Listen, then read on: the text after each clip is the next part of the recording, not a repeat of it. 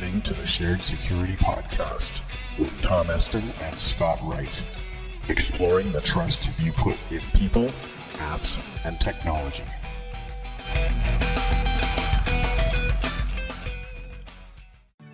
Silent Pocket is a proud sponsor of the Shared Security Podcast. Silent Pocket offers a patented Faraday cage product line of phone cases, wallets, and bags that can block all wireless signals, which will make your devices instantly untrackable, unhackable, and undetectable. Use discount code SHAREDSECURITY to receive 15% off your order. Visit silent-pocket.com to take advantage of this exclusive offer. Hello, and welcome to the Shared Security Podcast, episode 83 for December 18th, 2018. I'm Scott Wright, the Streetwise Security Coach, and I'm here with our original lineup of Tom Eston on guitar and Kevin Johnson on kazoo, is it? Anyway, this episode is all about our sober second thoughts on the year that just hit us, 2018.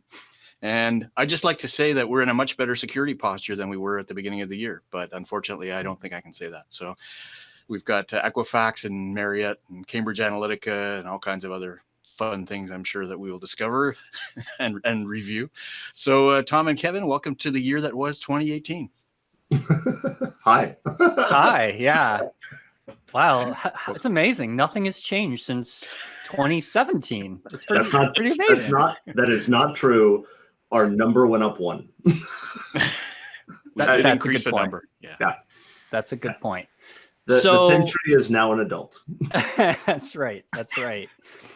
Now, believe it or not, we've actually had an increase in listeners this year. So that's actually... How did we do that? I have no idea, but I will ruin that for you this week. But no, really. And I think there's been a lot of new listeners that may not know who Kevin Johnson is and what he does. So Kevin, can you give us just a quick, who am I? You're Tom Eston. I know who I am, but you. I'm Kevin. I'm not that excited about Kevin Johnson. I've been Kevin Johnson. Well, I've been Kevin for 45 years. I've been Kevin Johnson for 18 less than that. I'm the CEO of Secure Ideas. We're a small consulting firm out of Jacksonville, Florida. I do a lot of pen testing, a lot of assessments. I do tons of training, which is a big push of mine. I'm embarrassed by the training industry right now, and I'd like to fix it. And I do open source stuff. So Samurai WTF is mine, PWAP, things like that. So and that good? Yeah, that is good. And I think the phrase you've used in the past is open source bigot, right? Yeah, I was told that I shouldn't say bigot because it makes it sound, I was correct. Fair enough. But you're absolutely right. I've always said it. Open source fanatic, I've heard, is better. That's a good one. Yeah. I like open source. I'm not make sure you have a parrot if I'm around, obsessed with open source, but I like it. So yes, and you are also obsessed with this little movie called Star Wars. A little bit. I'm assuming this is an audio podcast, so they can't see the sand trooper behind me. It's audio and video. They'll be able to see the sand. If they don't notice, I am a member of the 501st Legion, which I'm proud of. They don't take any credit for me. They don't want to be associated with me, but we're a costuming group that does charity events. So like 2 weekends ago, I got to spend 3 or 4 hours in the children's hospital as Darth Vader, handing out gifts, which I thought was awesome. You cry the entire time. It's a good thing we have helmets. I don't know another way to put it. But yeah, we got to see all the kids like in the cancer ward and everything, and give out Christmas. So that's awesome. It was cool.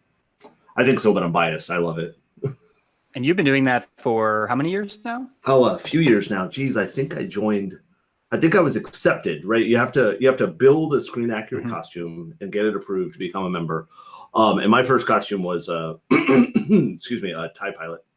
I've become obsessed. Let's not talk about the number of costumes on mannequins in my office, or the 26 pounds of weave hair sitting over in the corner waiting to be latched up onto a Chewie costume. But I want to say 3 years now, 4 years now. Okay. It's been a while. Yeah. Okay. And how many costumes do you wear? Just you? Only one at a those? time. Well, Only one at a obviously, time. but So I currently have a Imperial Guard, which is the red velvet robes guy that, I have a Darth Vader from Empire. I have a Gamorrean Guard, which is my favorite costume right now. I have a Sand Trooper, a TIE Pilot, and I'm missing one. I can't think of another one. And I'm building a Chewbacca. So, yeah. that is cool. Have you ever dressed up as Yoda? I'm too tall. So, yeah. Good answer. Really, really, he was a puppet. I don't know anybody who dresses up as him. But yeah, I'm a little tall for that. I am a little tall to be a stormtrooper. So, Just like the movie. Cool. but So let's talk about security, maybe. yeah, Yeah, sure. that's right. Yeah. So 2018, what happened? Exactly what we expected. I mean, I personally feel that it seems to me that there's more data breaches every year, and they're getting bigger and bigger. Would you say that's true?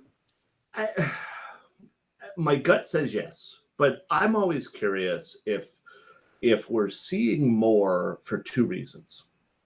And I don't know that this is true. I think this might be true. That one reason we're seeing more is that breach notifications are required. Because I know how many breaches I worked as a consultant that were never notified, right? Nobody ever told anybody, and we weren't allowed to. So one, I think part of it is that we see that. The other thing, and I'd like to believe this is true, is that we're seeing more breaches because we're actually getting better at security. So because we're getting better at it, not protecting it, but at detecting it, we hear more about them, right? So, Right. And I think Marriott's a good example of that, right? What was it? 4 years supposedly they were breached.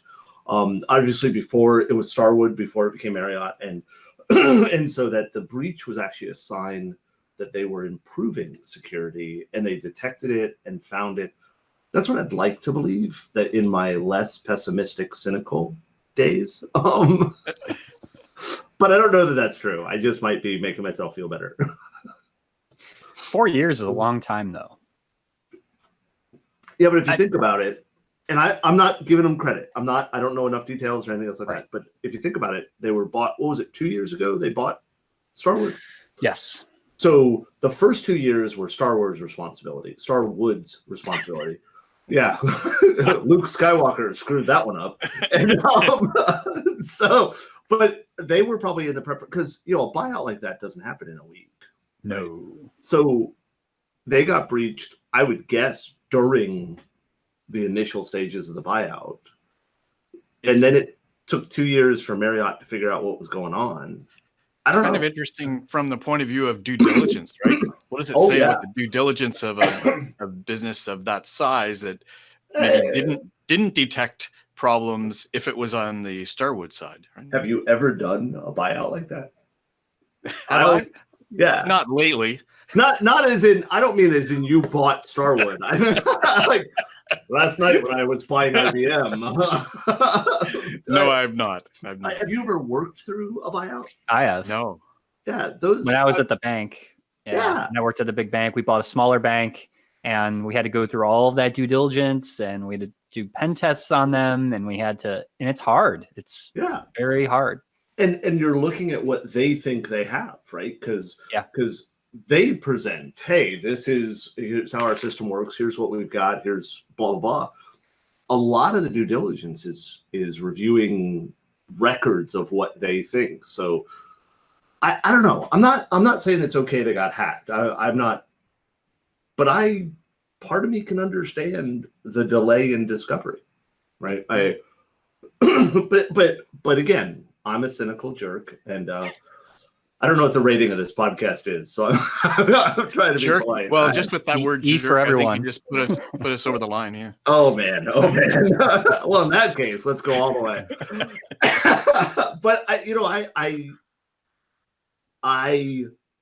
and this is, I've got heartburn over the amount of time that we complain about breaches. I mean, you never hear anybody say, "Oh man, that guy that got murdered in that street, it's totally his fault because he was walking down that street." But yet we say all the time, "Well, they didn't do security well enough." And I always want to point at other people and go, "Did you?" Like, Yeah. I'm not going to claim that security is 100% secure. I'd like to believe we are. I'd like to believe it. Oh yeah, no way. I think we're 21 people that are idiots. Well, they're all not idiots. I mean, they are because they agreed to work with me. But, you know what I mean? We have a huge victim blaming thing. And I accept the idea that the victim of a breach has a level of responsibility. But part of me says they have the same level of responsibility as the woman who went to the bar and drank. And to be very clear, I don't think she has responsibility. Like, I don't want anybody taking from that. Well, Kevin thinks women who got raped they deserved it. No, I'm not saying that. And that's why I think we need to start treating companies somewhat the same. And I'm not equating them. They're not the same, but I don't know. I have heartburn with it. Do you think that here in the United States that we need like a federal privacy law or federal type of intervene? Like, really? Are you going to just lob that one up there? I just wanted to lob it. Just throw it out like a snowball at you. I really felt. Oh yeah, totally. I think the federal government's the right place to put all the laws. Let's have encryption backdoors at the same time. At any time, Trump is able to read your email. That's what we should have. Australia's trying to do it. Why not us, right? Yeah. Oh yeah. So we're going to take the country that was just founded on convicts is the right way to go. They also banned all their guns. But no, I don't believe we need a federal privacy law. I think that the GDPR's only purpose was to make money off of Facebook and Google. And so I want to thank you. And I don't know another way to put it without making a joke that I swore I wasn't going to make. Like, seriously, did you see the interview or testimony or whatever you want to call it, where Congress talked to the guy from Google? Like, those are the people you want to make decisions about the privacy of the internet. They don't know how to use a phone. So, yeah. I mean, these are the same representatives. Have you ever seen the video of that one guy? And I don't remember his name, and I'm not going to go Google search it. But the senator who asked the admiral if we put more soldiers in Guam, would Guam tip over? I mean, I don't care your politics. That man's a moron. And I don't. I thought you were going to say it was the one about the guy at the hearing who blamed Google for the iPhone. Now, I understand that one. And here's why. I want to be very clear. I think the man's an idiot. I personally believe that anybody who said to themselves, "I want to be a politician," we just need to put them on an island all by themselves and let them do that. But so you're an anarchist? No, I said politician. I didn't say lawmaker. So, I'd like to believe that guy said iPhone because he used the generic. It's kind of like I went to Bing and Googled it. Right. I want to give him the benefit of the doubt, but then I saw the rest of the testimony and I'm wrong.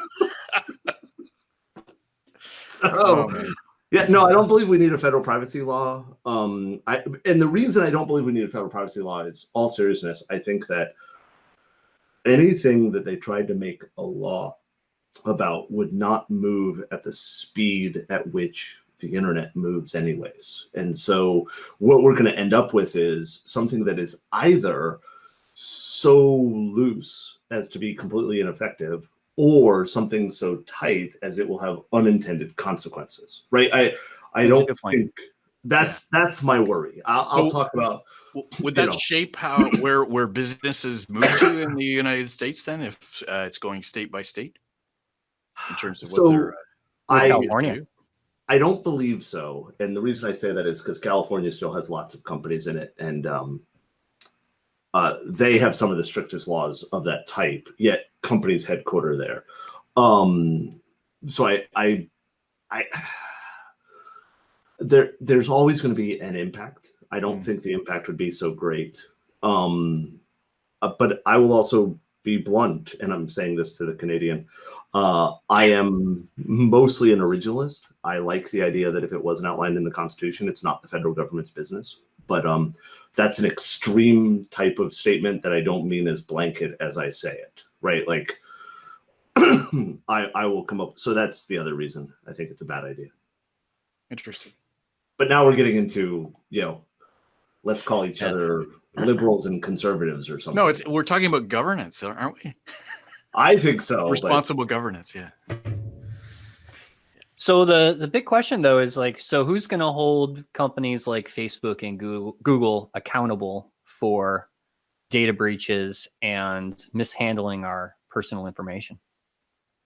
I believe that there's nobody to hold them accountable. Stephen Colbert, maybe. I don't know. Yeah, totally. Stephen Colbert. I will ask you this. If you believe that the government is holding these people accountable, then why did Equifax have a breach when most of their business is government mandated? That's a good point, because Equifax, that is another example of, talk about no accountability. There still isn't. I mean, they just released that report. I'm sure you've read it or seen snippets of it. Recap it a little bit. Yeah. Oh, the report. So basically, they went into details of how it happened and how they were able to, attackers are able to get, 30 web shells across the entire Equifax network and access to 48 different databases. And the reason why was because there was an expired SSL certificate on one of the monitoring devices for, data exfiltration. Data leakage prevented. I don't know what product or anything that they had, but that was basically the source and the details that were released. And the recommendations from the government, of course, were very passive and very, increase the identity theft protection that you get after a breach from 1 year to 2 years. And so we're going to give more data to Equifax to protect our data. Right. There's a lot of that in there. So I don't have a warm and fuzzy that anything's going to change. Nothing. So what are we supposed to do as victims of these breaches? And I think, as I talk about in the podcast, is we have to be more doing things like active defense on our own data. So where are we putting our data? The services that we sign up for, are we freezing our credit? Are we in a defensible position? Because the data breaches are going to keep on happening. There's nothing we can do about that. I think you're absolutely correct. We're not going to stop data breaches because we all know, we're all smart enough to know there is no such thing as 100% secure and functional, right? I can make it completely secure, make it non-functional, but we can't provide 100% security. So what we have to do is protect the data. One thing I think is that we need to start holding companies to not requiring data they don't need, right? I signed up for internet providing an ISP, and I had to provide way more personal data than my ISP needs. Period. They just don't need it. My social security number was never supposed to be an identifier.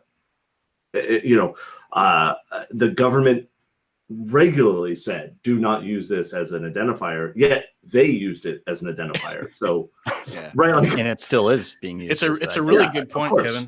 One of the things that I recently was talking with, actually one of our former guests, Andrew Patrick, you might remember from the Office of the Privacy Commissioner here in Canada. He actually recently retired, and I was talking to him about the privacy for my my product that I'm creating, the Click Armor gamification product. And one of his first objectives to me was, okay, how can you minimize the data that you're storing about people? And at first I had an allergic reaction, right? Not that I'm against it, but I thought there's data in here that I don't think I can actually make any smaller. But then the more I thought about it, the more I thought, actually, maybe there is. So taking, for example, phishing assessments, right? So if a company is sending out all these fake phishing emails to their employees and people are clicking on links and we're capturing the data about how many people clicked. Well, we're not just capturing how many people clicked, we're actually capturing who clicked. And sometimes that's maybe useful, but for the most part, most organizations don't actually care who the people were that really clicked. You can automatically send them into remedial programs and things like that. But what I have seen sometimes is the administrators who know who clicked, they let it slip, right? Even though it's supposed to be treated as confidential information, it becomes sort of an inside story as to who the bad guys are, right? And that's what happens if you don't minimize the data. So I'm starting to buy in more and try and zero in on those kinds of things.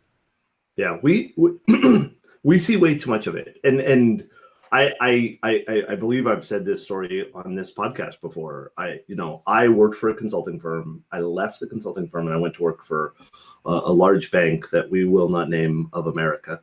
And like when I was filling out all the paperwork and everything, I went to do the 401k, and maybe I shouldn't admit this, but I had never had a 401k before, even though it was offered to me when I was at Blue Cross of Florida. I never signed up for it. And so when I went to sign up for the 401k, because somebody finally convinced me I was an idiot, and I filled in the form and I went and registered as a new user, and they came back and they said, "You're not a new user. We already have an account for you." And I'm like, "You can't have an account for me. I've never had a 401k. And I get on the phone with like customer service. Now I'm an employee talking to customer service. Like, this doesn't make any sense. And it turned out that like when I was at Blue Cross of Florida, they had to ship every employee's pieces of data, including our social, our date of birth, our address, to the 401k provider, which happened to be the same one that this new organization that I won't name of America, and so they already had an account for me. They had an account that wasn't active. There was no money in it. I did check. They were like, if you accidentally submit stuff, that'd be awesome. But like if they had been breached, and I don't know that they had or hadn't or whatever, but if I had seen a headline of it, I would have ignored it because I would have never known that I had an account there. And if I had gotten a letter saying, "Hey, you were breached," I would be like, "Yeah, so what?" Like, you don't have that data. And that's tying that to the idea of stop collecting this data. If you don't need it, there was no reason for that organization to have my information. I didn't have an account with them. They didn't store any of my money, but because they were given it as part of the sign up from Blue Cross, they were required to keep it. Because I actually there are other motivations too, though, when it comes to the big data. Obviously, everybody wants to collect more data to get more value and make more money off of us. Yep, absolutely. So I don't know. I guess I can't complain too much. I'm a security consultant, so as people keep continuing to screw up, I'm going to continue to have a job, right? I can make payroll again this 2 weeks. That's always nice. I don't know. Edgewise Networks is the first zero-trust platform that stops data breaches by allowing only verified software to communicate in your cloud and data center. Micro-segmentation projects can be costly and difficult, but Edgewise offers a new approach: zero-trust segmentation. Without any changes to your network environment, Edgewise puts your data at the heart of your security strategy, giving you visibility into workload communication pathways, security policies built on the cryptographic fingerprint of the software, the ability to apply policies and segment your networks in one click, and a way to continuously monitor and assess risk. Edgewise recommends policies based on the identity of your software and stops attackers' lateral movements by requiring authentication and authorization with every workload communication. Visit edgewise.net to learn how Edgewise can eliminate network attack surface, stop lateral movement, and protect your applications. So do you see more of the same next year? Yeah. I think what we're going to see is we're going to see more breaches, more announcements of them, more stupidity on Twitter from security people claiming to know what happened and shaming the victims. And I'm smarter than this, and if they just hired me, it would have been better jackassery. I can name people if you want. Oh, I'm sure. Please don't. I see it all the time. I believe that, the Equifax breach, the one thing it has proven to me is that almost none of the quote unquote thought leaders of our industry understand what struts is. Because of the sheer number of them that think that patching struts is the same as patching an operating system patch. And they're sitting on Twitter. This is a self-serving comment here. It's one of the reasons why I only hire people who have actually built systems or managed systems as security consultants, because I see these people, and I'm not going to name anybody because they're good people. They just don't know. They've never been responsible for a WebSphere server or development of an application. And so they have this misconceived notion of what it means to patch. And it's embarrassing. I'll tell you that in our Slack channel at Secure Ideas, we make fun of them quite a bit. Well, I think it's a good point, right? Let's just hope your Slack channel doesn't get hacked. Dude, if they hacked our Slack channel, what they're going to see is horrible jokes. Making fun of people. The one that we've been making fun of today, and I'm not sure if it's okay to say this, but I'm gonna. We cracked an accountant's password today with permission on a pen test, and the accountant's password was "capitalism sucks." And I'm not sure I'm comfortable with an accountant having that as the password. Maybe he just chose it because it was a very unlikely password for an accountant to have. Yeah. Good point. We cracked it though, so it didn't help. It showed him. Aha! We also got one. Somebody else was like, this wasn't recent. Another bad one was banging the boss 69, and I'm like.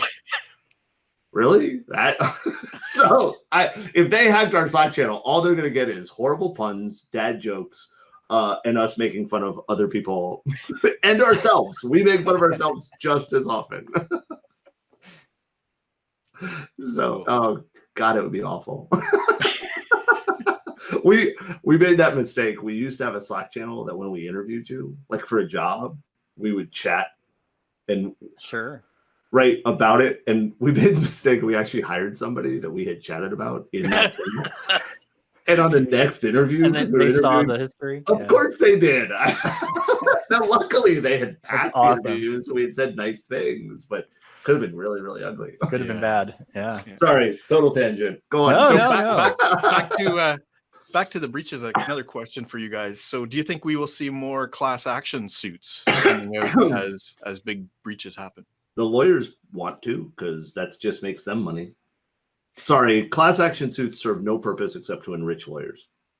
I tend to agree that having been involved in class action lawsuits in the past, the payout you get is like $5 or something. Man, you got like $5. Yeah, I know, and that's considered a lot of money from like a data breach. But as a deterrent to organizations, right now, does it serve as a deterrent?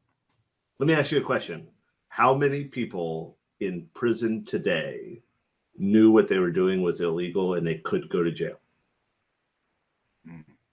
99%. I'm going to give them credit and go 95%. There's always 5% like people plead insanity or something like that. I don't believe a class action suit is. It's kind of like, I have daughters. I have a 16-year-old daughter and a 12-year-old daughter, and I've thought a lot about what will happen if they start dating, when they start dating, whatever, how I will react to that.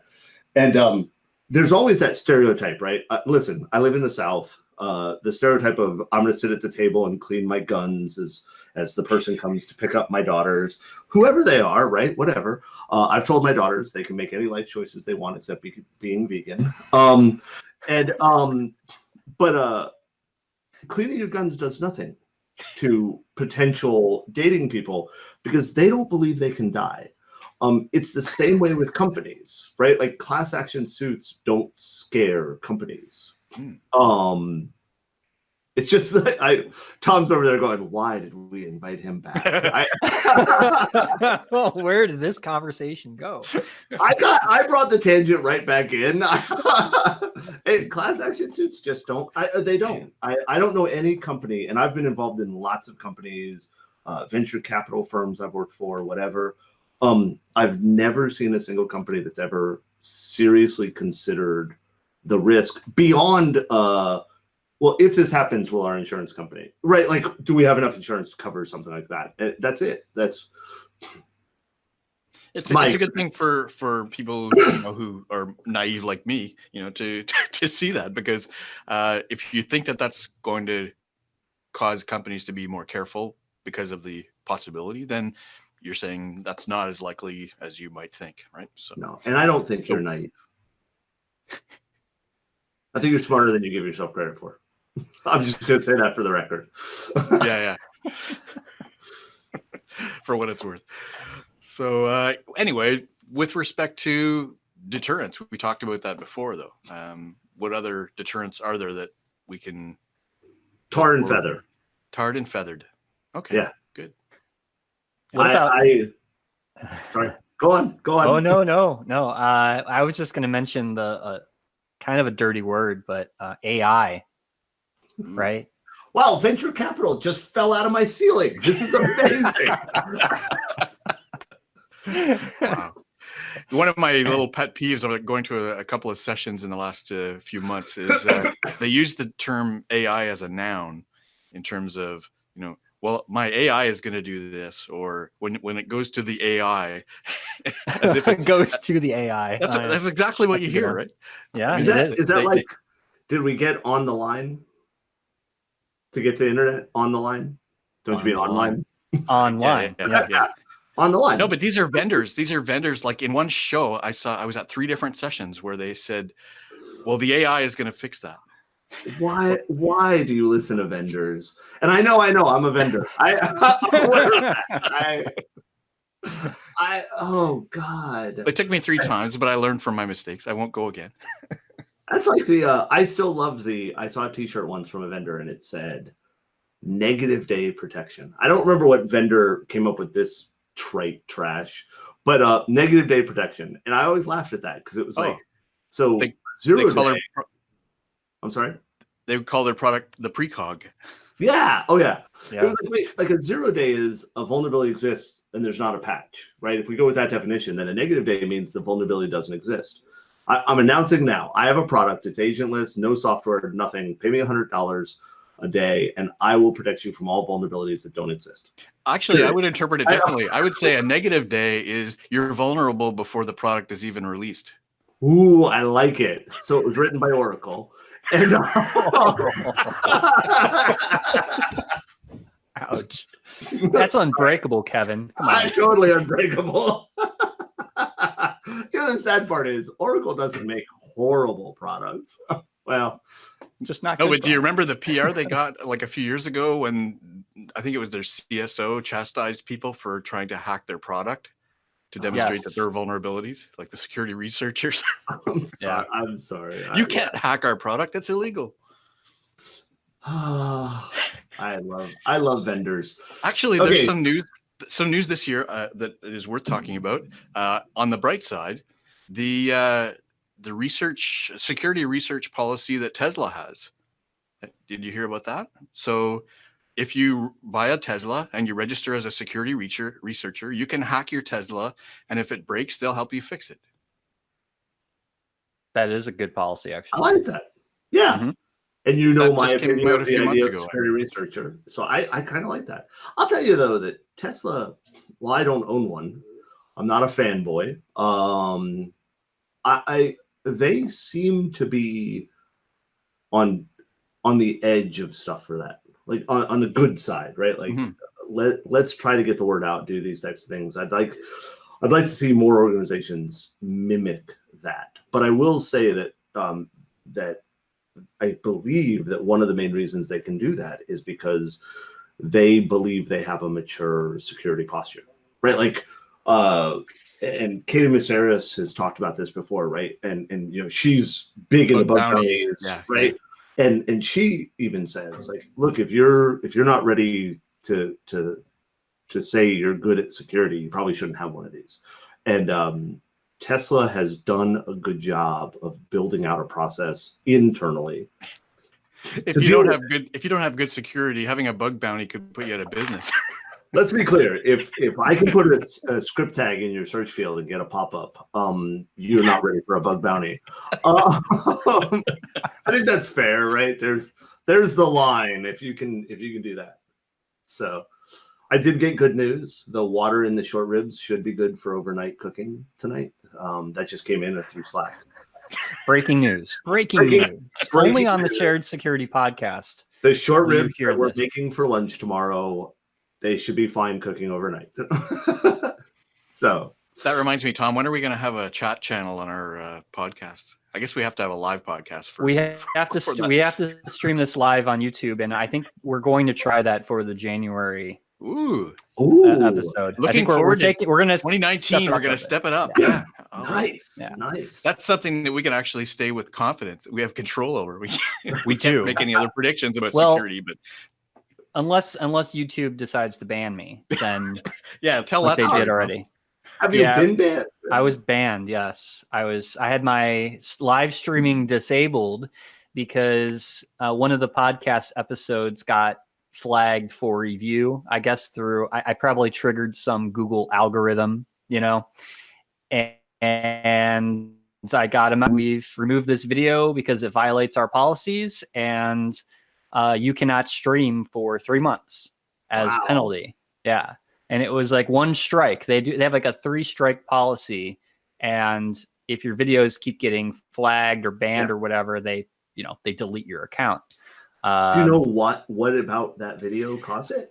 I think it triggered something on one of the keywords that I put in the tags for the video, and I think I put various hacking terms, and which is always going to happen in our podcast. I don't know why you would put hacking terms as right. So you're allowed to appeal it, and I sent an email, appealed it, and they never gave me a reason. But a couple days later, I was all cleared, and it wasn't that there was too many flesh tones in your podcast, was there? No, nothing like that. That's the problem of having hairless people come on your podcast. It increases the percentage of flesh tones. See what happens? The problem. I'm sorry, Scott. I mean, I've got the receding hairline, so I'm not helping. That's okay. I went in to check into a vendor's office when they had one of those automated check-in systems, and it wants to take a picture and put it on a badge for you instantaneously. And as it was trying to take the picture, there was so much glare off of my forehead from the lights. It just was one big bright white. It was like they had Jesus Christ on the badge. That's awesome. Yeah. Oh man. I don't know how to respond to that. So next. Yeah. Speechless. Oh. So just to summarize, I think our predictions for 2019, we're going to see more of the same, probably more data breaches, right? More AI, mentions of AI, more, vendor, more I of work the for a AI. vendor, so I can't say, more vendor AI. Yes, way more AI. We'll just say that. Now, what about the human side of things? So we talk a lot about this year on the podcast about social engineering attacks and scams and fraud and all that fun. More of the same? Yeah, it's a Wild West, man. It's. Let's be clear. We're not getting better at teaching people what to do, and we're not getting better at. You mentioned something earlier that the teaching or education side is inadequate. Maybe you could expand on that. Can you make it in 10 minutes? Yeah, this is his favorite topic. We don't teach right, and we don't teach anything right from a perspective of for user awareness training. We teach people not to click stuff by sending them a link in email to click to take the video training that tells them not to click stuff. And then on the flip side of it, we're not teaching the technicians the stuff to do correctly because it currently costs $7,000 to walk into a class. Sorry, and I know self-serving rant, but it's ridiculous. And so at the same time, so because we don't teach the users correctly, they're going to keep clicking. Because we don't teach the technicians correctly, they're still going to build apps that require clicking. Every single thing we do is wrapped around the idea of making ourselves more vulnerable to some type of social engineering. And I do training. We all know this. I don't think I've hidden that fact. And if I have, it's because I suck at marketing. But one of our most popular classes is our web dev, web security class, where we talk to developers and show them how to do stuff. And I can't tell you the number of developers I talk to that like, oh no, we have to send emails with links in them. It's like, no, you don't. There are so many other ways to do it. Well, but everything else does it that way. Yeah, everything else does. Did your mom never say to you, if all your friends jump off a bridge, would you jump off the bridge with them? We don't teach enough. And this, I am going to tangent a little bit if you don't mind. This is a problem in my head, and it's a passion I have because I am blessed with success at some level. I have a 21-person company that this year will close out with more revenue than we had the year before, and we continue to grow and become profitable. And I'm blessed, and I'm there because I was able to stand on the shoulders of giants. And I will say this, and I've said this without Tom on the podcast. I am better at what I do because I've listened to Tom and learned from Tom. I'm better at what I do and capable of what I do because I was able to sit at the feet of giants and learn and then stand on their shoulders to reach where I am. And I am petrified that we are going to see the end of that because of the sheer cost of training people today. And that's why I think it's so important for us to get stuff out there for free, for cost, right? I mean, I have to make payroll every 2 weeks, or my employees get upset, I assume. We've never not made payroll, so I haven't tested that theory, but I feel like they would be pissy. But we have to get out there, and that's one of the things. Look, I'd love everybody to sign up for my courses, but the reality is we have to get more courses out there that aren't $6,610, right? I mean, we have to do this without the cost somehow, and it's possible because I'll be blunt. Not to sell my stuff, but we've settled on a price of $250 per day per student, and that's profitable. Right? Like we're making money on that. That's not oh man, it's a lost leader and hopefully we'll win pen testing work. We're teaching classes for $750, for $1,000, with huge discounts, right? Like vets get free training and discount training and all this kind of. And I'm not, I like I said, self-serving, greedy capitalist. But if I can do it, and I'm 21 people who we have to make payroll and benefits and everything else every 2 weeks, you can't convince me that large companies that I won't name, but we all know them, right? I used to teach for one of them. That they can't do the same thing. And that's in-person training we're talking about, right?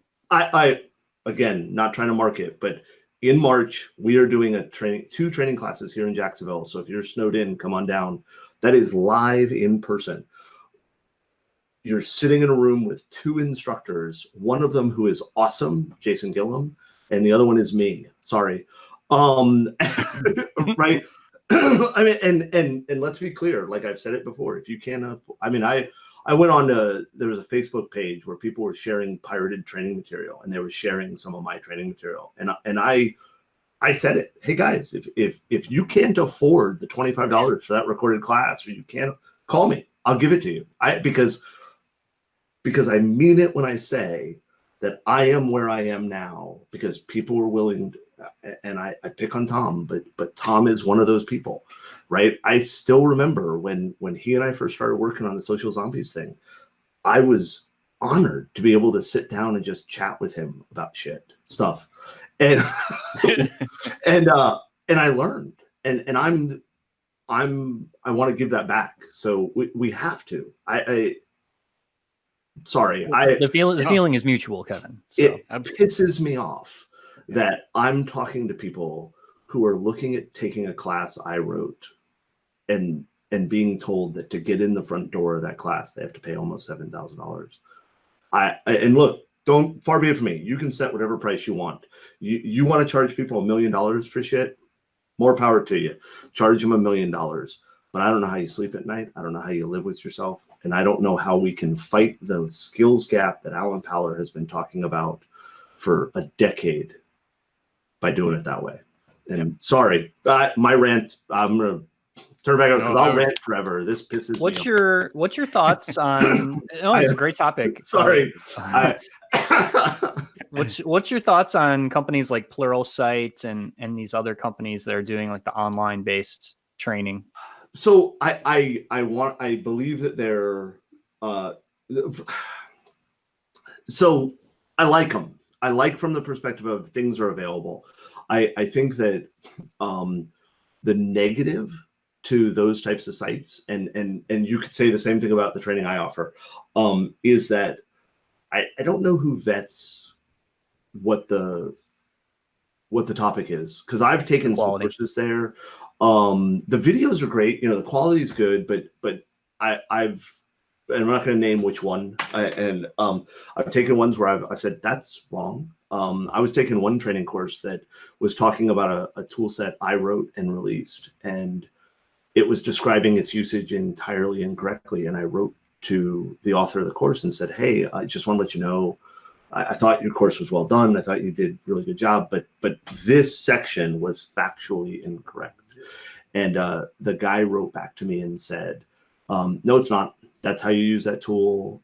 I know I've been using it for years. And I wrote back and I said, I don't want to be like, I'm not going to do the don't you know who I am crap. But I bet you I've been using the tool longer than you have, since I used it for at least 2 weeks before I released it. And the guy, he would not change the video, even after he accepted the fact that I'm who wrote the tool set.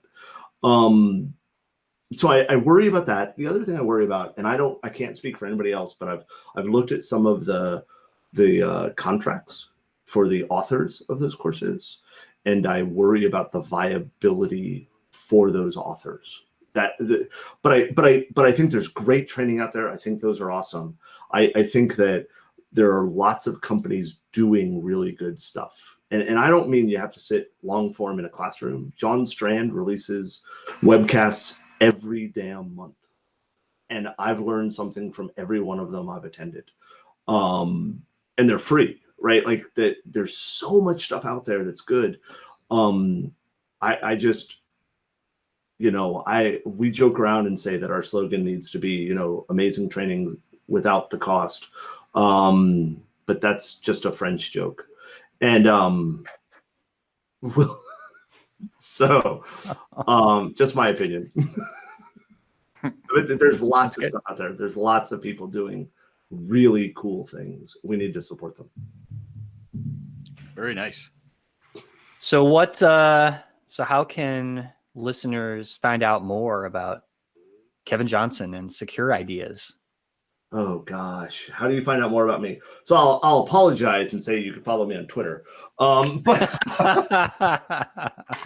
please start a conversation with Kevin when you're on Twitter. I'm not very polite necessarily all the time on places like that. You can come out to secureideas.com, our website, which is not that great, but we're redesigning it. We have a blog. We announce all of our training there. We also are trying to get other organizations to start offering affordable training and work with us, and we'll get word out there as well. Twitter is probably, Facebook might work. I don't treat Facebook as a private thing because it's not, contrary to what people think. But or you can always, if you are, all seriousness, if you're a vet, active duty military, first responder, email info@securitideas.com and we'll send you our coupon code for free and discounted training. That's important. Yeah, those work. Sorry. Awesome. That's great. No, it's been good talk. Thanks for letting me rant for a while. It's always fun having you, Kevin. Yeah. Yeah. Thanks. Always welcome on the podcast.